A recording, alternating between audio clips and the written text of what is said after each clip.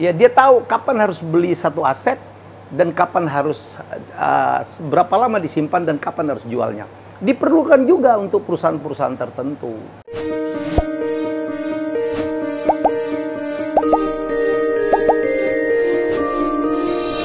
Yuk, pagi. Assalamualaikum, Mas. Apa kabar? Alhamdulillah. Oke. Duduk sini dulu dah.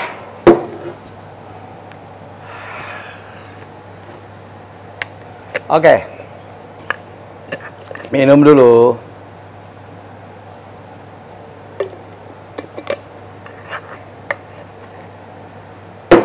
Oke. Baik.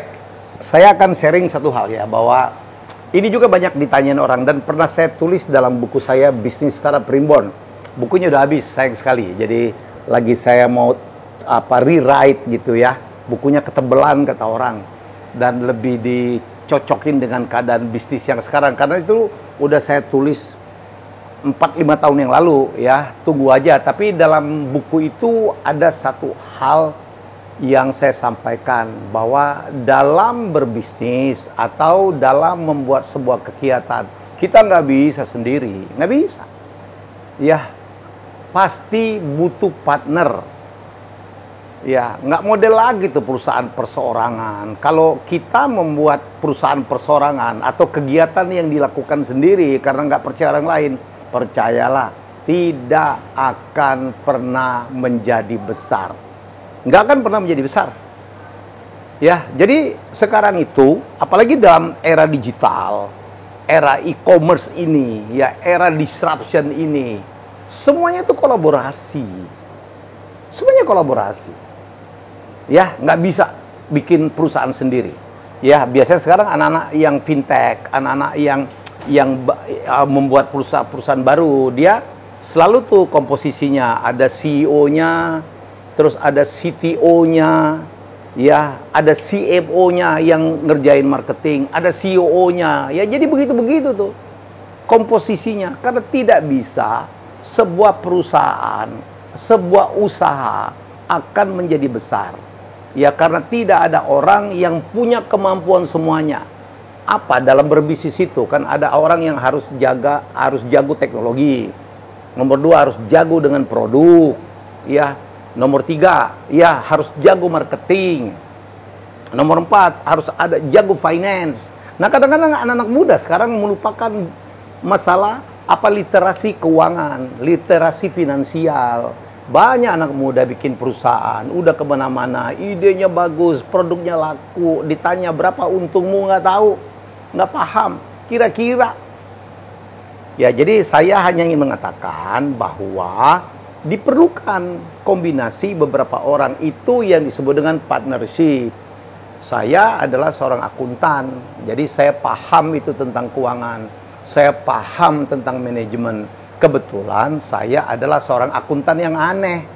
Akuntan itu kan biasanya tidak boleh kreatif atau tidak perlu kreatif, tetapi saya adalah orang yang bekerja dalam industri kreatif. Tetapi tiap kali saya bikin perusahaan, saya lebih banyak menjadi CEO, memimpin di atas, atau fokus di dalam produksi program kreatif. Saya nggak pernah nyentuh tuh keuangan, walaupun saya jago banget. Saya kan lulusan STAN, malah saya lulusan terbaik STAN, tapi saya nggak pernah nyentuh masalah keuangan. Tapi saya ngerti betul masalah keuangan. Ya, dulu saya manajernya Joshua. Oh, saya jualin Joshua, gila saya jualin Joshua dulu waktu kecil. Ya, punya 30 iklan dalam sekaligus. Show-nya penuh. Ya, kuisnya laku. Kemudian sinetronnya Anak Ajaib laku. Merchandise-nya laku. Ya, tapi begitu saya jadi artis, saya nggak bisa jualan diri saya sendiri. Saya butuh orang. Jadi sekali lagi, selalu dibutuhkan partnership. Jadi teman-teman, bagi yang ingin berbisnis, dari awal memang harus menyadari membutuhkan partner, harus berkolaborasi. Ya, itu yang paling penting. Nah, persoalannya mencari partner itu tidak gampang. Tidak gampang. Teman baik belum tentu bisa menjadi partner yang baik. Iya. Saudara kandung pun belum tentu bisa menjadi partner yang baik.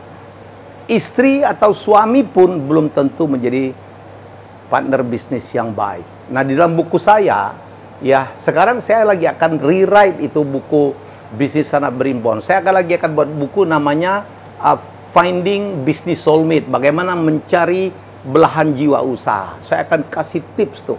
Ya, bagaimana mencari partner yang baik. Oh, banyak sekali tipsnya. Jadi, membuat partnership itu harus saling melengkapi. Ya, harus saling melengkapi. Nggak boleh. Nah, kalau kita bicara masalah karakter bisnis, ada yang agresif, ada yang konservatif, bahkan ada yang moderat. Nggak boleh agresif semua partner itu. Nabrak pohon. Ya, agresif itu kayak gas tuh. Harus ada yang konservatif. Itu yang ngerem. Jadi tiap kali ada ide bisnis, oh, harus ada pertimbangan. Harus ada pertimbangan. Jangan, oh ini bagus nih, ya ini bagus nih. Nabrak itu. Ya, tunggu aja kehancurannya gitu. Ya, harus ada yang ngerem.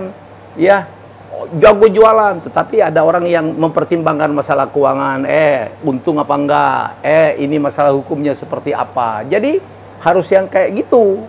Jadi harus ada yang agresif, yang punya ide, wah, yang terus maju, tapi harus ada yang rem biar dia balance. Bahkan ya, kalau di mobil zaman lama kan masih ada kopling. Kadang-kadang antara gas dengan rem berantem. Ya, diperlukan orang yang menjadi kopling, itulah yang moderat, yang juga lebih wise pertimbangannya. Itu baru ngomong karakter. Belum lagi kalau kita nyebut business profile. Bahwa menurut Roger Hamilton dalam teorinya wealth dynamic, manusia itu punya business profile. Ada yang jago ide, itu namanya creator. Ya, ada yang tipenya itu star. Profilnya jago jualan, narsis gitu. Kan kalau punya produk harus dijualkan. Ya, ada yang tipenya supporter. Support. Kerjanya itu mensupport. Jadi Bill Gates dulu idenya keren, tetapi yang membuat Microsoft hebat itu namanya Steve Ballmer. Wah, Bill Gates, gue mau bikin ini. Ada orang tuh, oh, ini diperlukan staff seperti ini. Oh, ini diperlukan sumber dayanya dari sini. Ini proposalnya harus dibuat. Ini masalah akte pendirian seperti harus ada yang begitu, namanya orang supporter. Ada profile trader. Trader itu orang yang di perusahaan diperlukan yang jago banget jualan, jago nawar, sell high buy low, sell high buy low. Itu orang kayak James Riyadi, ya orang kayak Harold Tanjung. Saya percaya betul itu adalah tipenya adalah trader, sell high buy low. Wah, jago banget jualan. Ya, jualan harganya tinggi, kalau beli harganya rendah.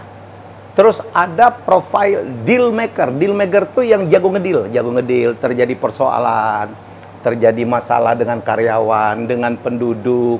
Dia jago tuh. Dia adalah seorang pacifier tuh, jago ngedil gitu, jago lobby. Diperlukan juga di perusahaan.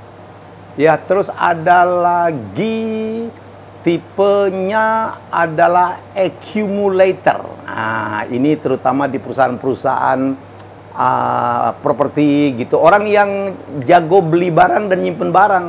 Dia tahu tuh, wah ini tanah nih bagus nih. Padahal menurut orang lain, apa tuh tempat jin buang anak? Ya, dia tahu kapan harus beli satu aset dan kapan harus berapa lama disimpan dan kapan harus jualnya. Diperlukan juga untuk perusahaan-perusahaan tertentu. Ya, ada lagi yang Lord. Lord itu adalah cukong. Anak bos. Lord. Kan harus ada yang modalin kalau kita bikin perusahaan. Cari juga tuh. Cari itu namanya orang-orang yang investor, yang naruh duit. Ya, masa mau bikin perusahaan nggak ada modal sama sekali? Tidak-tidaknya kan diperlukan kan? Terus ada lagi orang tipe terakhir ke-8 namanya mekanik. Mekanik itu jago sistem. Ya, jago sistem. Itu juga diperlukan.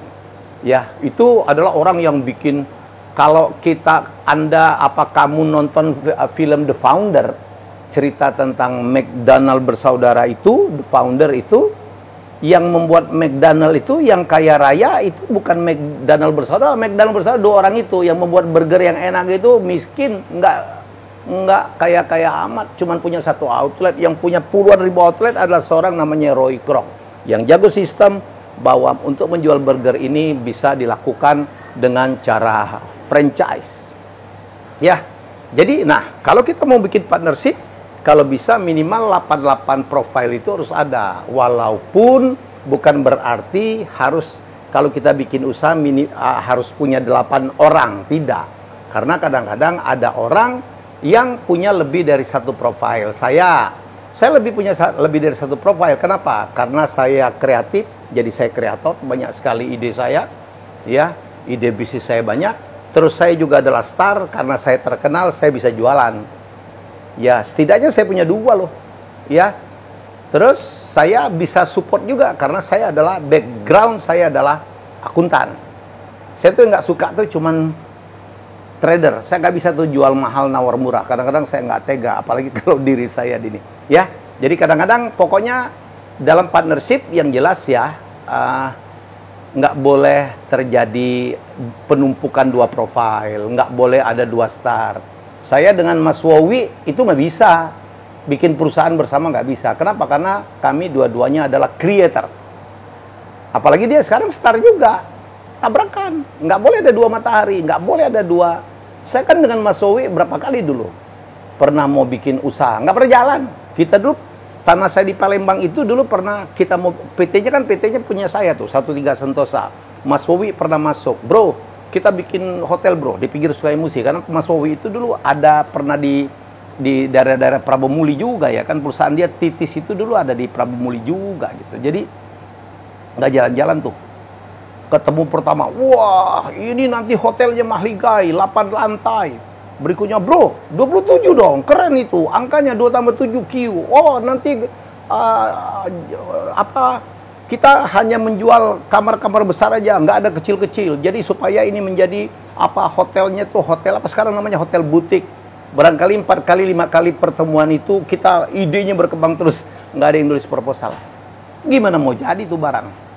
Ini udah lawi, saya bilang saya baik-baik aja lah, gitu. Tapi kami tetap bersahabat, tetap saling memberikan advice, tetapi nggak bisa kita bersama. Saya dengan Tanto Wiyaya tidak akan pernah bisa membuat satu perusahaan karena tipe kami sama.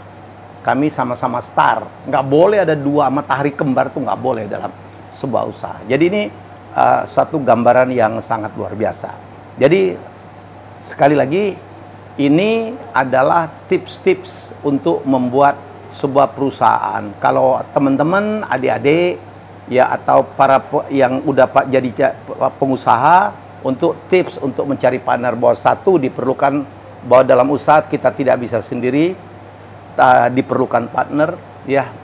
Jadi dan saya udah ngasih tahu tadi bagaimana cara mencari partner itu, karena dalam buku saya mengatakan bahwa kegagalan orang berbisnis itu paling besar karena salah memilih partner. Begitu dapat partner, waduh salah ternyata. Kadang-kadang kita bercanda, ini bener. Ya, mencari partner itu sama kayak mencari pasangan hidup, sama kayak mencari istri atau mencari suami. Sebelum membuat ikatan itu, tanda tangan akte, masa pacaran tuh indah-indah aja, pakaian hebat, wangi. Begitu nikah, malam pertama ketahuan aslinya, dan itu juga terjadi ya pada pembuatan perusahaan. Sebelumnya janji-janji, wah saya pasti nyetor, saya pasti akan komit, saya akan dukung. Ya, begitu akte tangan, ada yang nggak nyetor tuh sampai selesai. Ujungnya ribut, kadang-kadang untung aja ribut, apalagi rugi, saling salah menyalahkan. Banyak tips, makanya baca buku saya itu. Ya sekali lagi diperlukan kolaborasi, apalagi sekarang nih. Ya kalau Anda nggak berkolaborasi, iya bisa sukses, tetapi iya untungnya bisa diambil semua, tetapi ya perjalananmu ya tidak akan pernah bisa banyak mendapatkan keuntungan. Ya mungkin bisa jauh, tetapi tidak banyak. Ya. Dan mungkin juga tidak sukses karena ada yang harus dilengkapin yang ternyata tidak ada di situ. Jadi itulah sejatinya kolaborasi. Diperlukan kolaborasi. Kolaborasi itu juga akan mempercepat sebuah perusahaan ya untuk bisa berkembang. Kalau Anda tidak paham dengan teknologi, berkolaborasilah dengan partner yang bisa yang paham tentang kolaborasi. Jangan nanti gue bisa pelajarin. It takes time. Itu akan butuh waktu yang panjang banget. Kalau Anda tidak jago jualan, carilah partner yang jago jualan. Sekarang eranya adalah kolaborasi. Makanya dalam seminar-seminar saya mastermind ini yang saya ajarkan. Ya, saya mengatakan, makanya selalu sold out. Ini yang ketiga ini 160 orang udah lock. Ya, udah nggak ada lagi tempat. Bahwa benefit paling besar, bertemu 160 orang minimal dalam satu tempat, dan itulah sebuah komunitas yang bisa jadi akan menjadi calon partner. Ya, selamat membuat usaha, selamat membuat bisnis, ya para UKM. Ini tipsnya, ya. Dan jangan lupa untuk berkolaborasi, ya. Jangan lupa untuk berpartner. Kalau Anda ingin belajar bisnis sambil menonton, ya tontonlah drakor yang berjudul Startup.